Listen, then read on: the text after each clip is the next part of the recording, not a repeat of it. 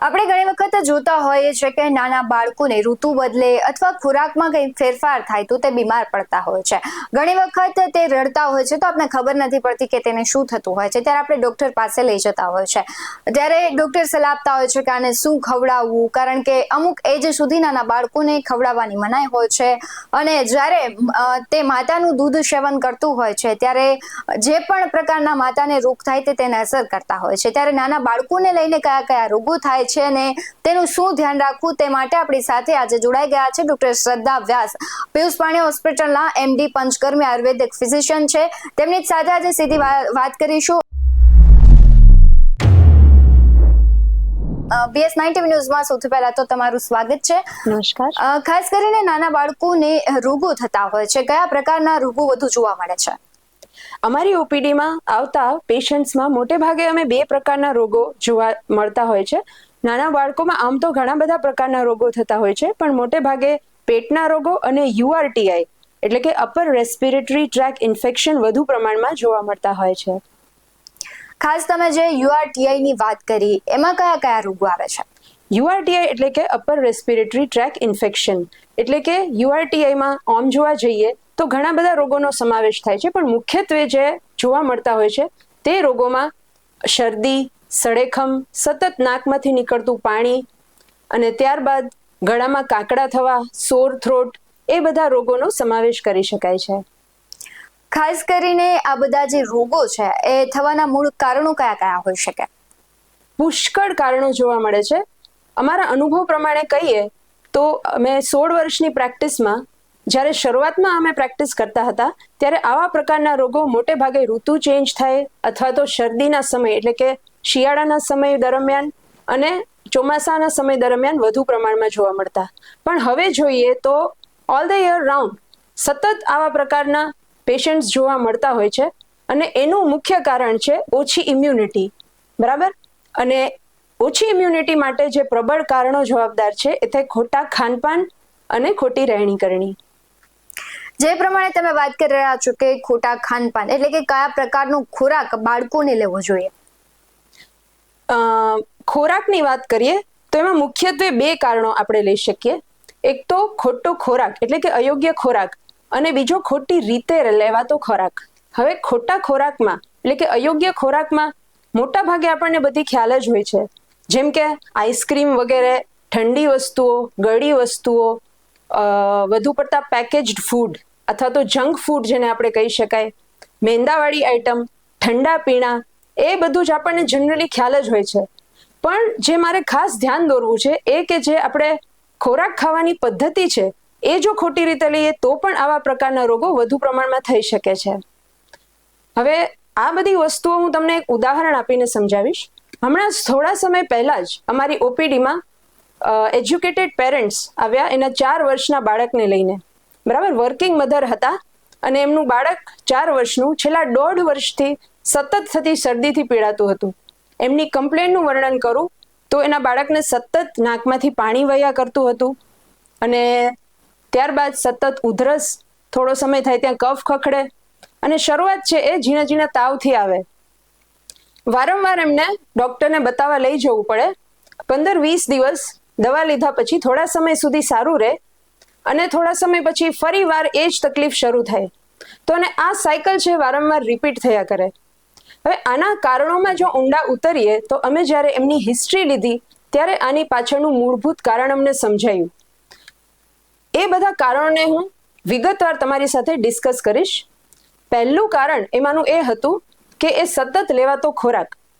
એમની હિસ્ટ્રી અમે લીધી કે બાળક આખા દિવસમાં શું ખાય છે, તો એમની હિસ્ટ્રી આ મુજબ હતી કે 8:30 વાગ્યાની આસપાસ બાળક જે છે એ 300 ml જેટલું દૂધ પીવે છે. જો સ્કૂલ ચાલુ હોય અથવા તો એનું પ્લે હાઉસ ચાલુ હોય તો એ 9:30 વાગે ફરી થોડું ફ્રૂટ ખાઈને પછી એ પ્લે હાઉસ જાય છે.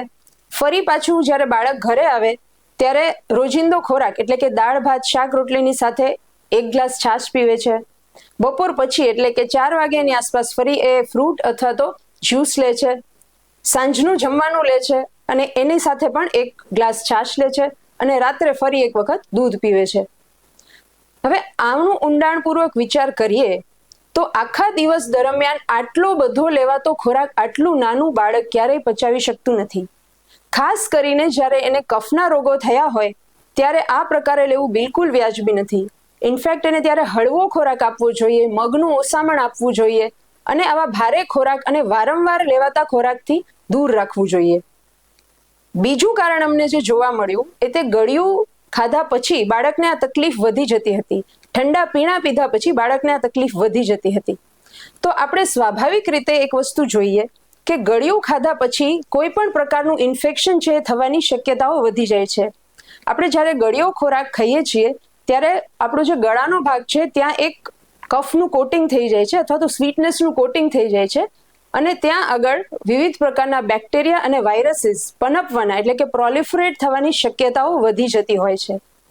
એવા સમયે જો બાળક ગરમ પાણી પી લે તો એની શક્યતાઓ ઘણે ખરે અંશે ઘટી જતી હોય છે. સૌથી પહેલા તો ગળી અને ઠંડી વસ્તુઓથી દૂર રાખવું એ સૌથી સારામાં સારો ઉપાય છે. પણ ઇન કેસ ક્યારેક એવું ન થઈ શકે તો સતત બાળકને થોડા સમયે અને ખાસ કરીને જ્યારે કંઈ ખાધું હોય ત્યારબાદ ગરમ પાણી ચોક્કસ પીવડાવવું જોઈએ, જેથી કરીને એનું ગળું ચોખ્ખું રહે અને વારંવાર ઇન્ફેક્શન થતું અટકે. ત્રીજી બાબત જેના અંગે હું ધ્યાન દોરવા માંગુ છું એ છે બાળકને થતું કોન્સ્ટિપેશન.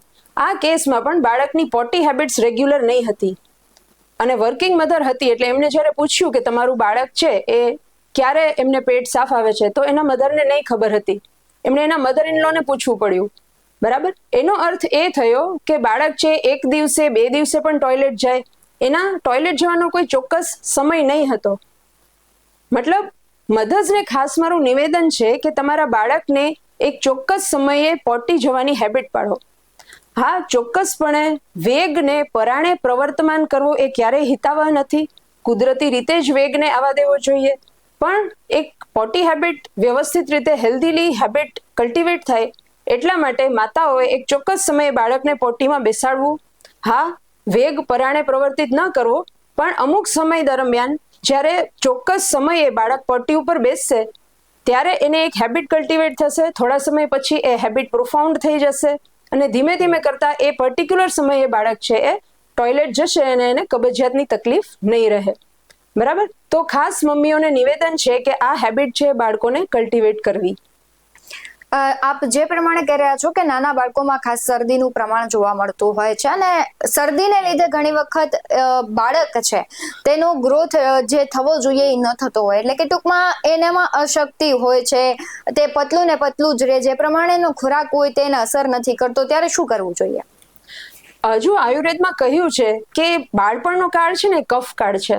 બરાબર. યુવાનીનો કાળ છે પિત્ત કાળ છે. એટલે તમે જોશો કે કફને લગતા બધા રોગો છે બાળપણમાં વધારે થાય, પિત્તને લગતા રોગો જેમ કે માઇગ્રેન છે, એસિડિટી છે એ યુવાવસ્થામાં વધારે થાય અને વાયુને લગતા રોગો ઘડપણમાં વધારે થાય. તો એ સ્વાભાવિક વસ્તુ છે કે કફને લગતા રોગો બાળકોને વધારે થાય છે. અને ખાસ મમ્મીઓને એવું હોય છે કે આપણા બાળકને ન્યુટ્રિશન સરખી રીતે મળે, તો એની પાછળ મમ્મીઓ જે છે એ બાળકને પૌષ્ટિક આહાર સતત આપતી રહેતી હોય છે. એના બીમારીના સમયમાં પણ જ્યારે એનો અગ્નિ મંદ હોય, એનું ડાયજેશન વીક હોય, એનું મેટાબોલિઝમ સરખું ન હોય, એ સમયે પણ એની મમ્મીઓ જે છે એ બાળકને પૌષ્ટિક આહાર દેવાની ચળવળમાં હોય છે. એક વાટકો ભરીને ખીચડી છે અને દૂધ સાથે બાળકને આપતા હોય છે અને એ ખીચડી દૂધનો વાટકો બાળક ખતમ કરે એટલે મમ્મીને જંગ જીત્યાનો આનંદ થતો હોય છે. પણ હંમેશા એક વસ્તુ યાદ રાખવી કે ઓવર ફીડિંગથી અથવા તો બીમારીની અવસ્થામાં તમે કાંઈ પણ આપો છો એ બાળકને ન્યુટ્રિશન નથી આપતું. ઇનફેક્ટ એના મુશ્કેલીઓમાં વધારો કરે છે, એનો કફ વધારે છે અને એની તકલીફો વધારે છે, ઇન્ડાઇજેશન ક્રિએટ કરે છે જે આગળ જતા કબજિયાત પણ થઈ શકે છે અને એના શરીરમાં આમ અને કફ જનરેટ કરે છે. તો પ્લીઝ તમારા બાળકોને ક્યારેય પણ બીમારીની અવસ્થામાં ભારે ખોરાક નહીં આપો, દૂધવાળો ખોરાક નહીં આપો, ગળ્યો ખોરાક નહીં આપો.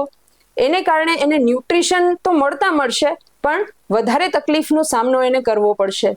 ગ્રોથ પણ રિટાર્ડેશન થશે. તમને એમ થશે કે આટલું બધું હું બાળકને આપું છું પણ કેમ એના શરીરમાં દેખાતું નથી. આવી અપચાની અવસ્થામાં તમે ગમે તેટલું ડ્રાયફ્રૂટ આપશો, ગમે તેટલું દૂધ આપશો તો એને પોષણ નહીં મળે.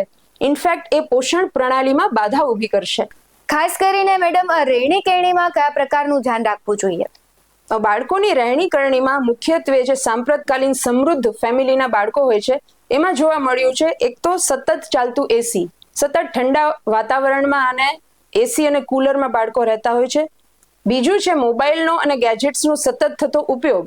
અને ત્રીજું મુખ્ય કારણ છે લેક ઓફ ફિઝિકલ એક્ટિવિટી, એટલે કે શારીરિક પ્રવૃત્તિનો સતત અભાવ. પહેલું કારણ આપણે જોઈએ, બરાબર, કે જે સમૃદ્ધ ફેમિલી હોય છે ત્યાં મોટા ભાગના રૂમ્સમાં એસી હોય છે અથવા તો સેન્ટ્રલી એસી હોય છે અને સતત બાળક આખો દિવસ એવા જ વાતાવરણમાં રહે છે અને કુદરતી વાતાવરણ તે પામતું નથી. તેને કારણે આવી સતત રહેતી ઠંડીના કારણે બહારના વાતાવરણથી એનું શરીર જે છે એ એકસ્ટમ થતું નથી અને બાળકને એલર્જી જેવી તકલીફો પણ થઈ શકે છે. બીજું મુખ્ય કારણ છે ગેજેટ્સનો વધુ પડતો ઉપયોગ. આપણને એવું થતું હોય કે બાળક જમતું નથી અથવા તો આપણા કંટ્રોલમાં નથી તો એને આપણે ગેજેટ દઈને જમાડતા હોઈએ છીએ. તેને કારણે ઓવર ઇટિંગની સંભાવનાઓ ખૂબ જ વધી જતી હોય છે. બાળકને ખાધાનો સંતોષ ક્યારે થઈ ગયો અને ક્યારે એનું જમવાનું જે છે એ સેટિસ્ફાય થઈ ગયું એને ખ્યાલ નથી રહેતો. એને કારણે એ ઓવર ઇટિંગ કરે છે અને જેને કારણે બધી જ તકલીફોનું મૂળ છે એ જનરેટ થાય છે. ગેજેટના ઉપયોગથી એ પણ જોવામાં આવ્યું છે કે બાળક એટેન્શન ડેફિસિટ પણ હોય છે. જે ખોરાકમાં એનું ધ્યાન અને કોન્સન્ટ્રેશન રહેવું જોઈએ એ નથી રહેતું.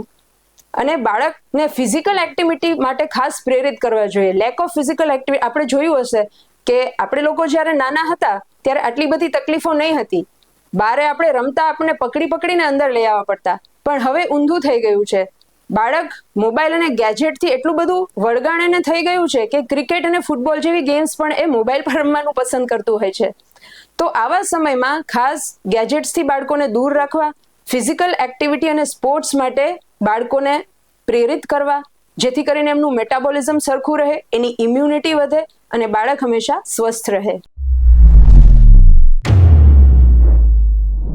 જે પ્રકારે મેડમે વાત કરી કે નાનું બાળક છે તેને તમારે જે એજ પ્રમાણે જે ફૂડ આપવું જોઈએ, જે લિમિટમાં જે ફૂડ આપવું જોઈએ એ કરતાં તમે વધારે આપો તો એ પણ ક્યાંક ને ક્યાંક નુકસાનકારક હોય છે. ખાસ તો તમે જોડાયા અને દર્શક મિત્રોને જે નાના બાળકો વિશેની માહિતી આપી તે બદલ આપનો ખૂબ ખૂબ આભાર.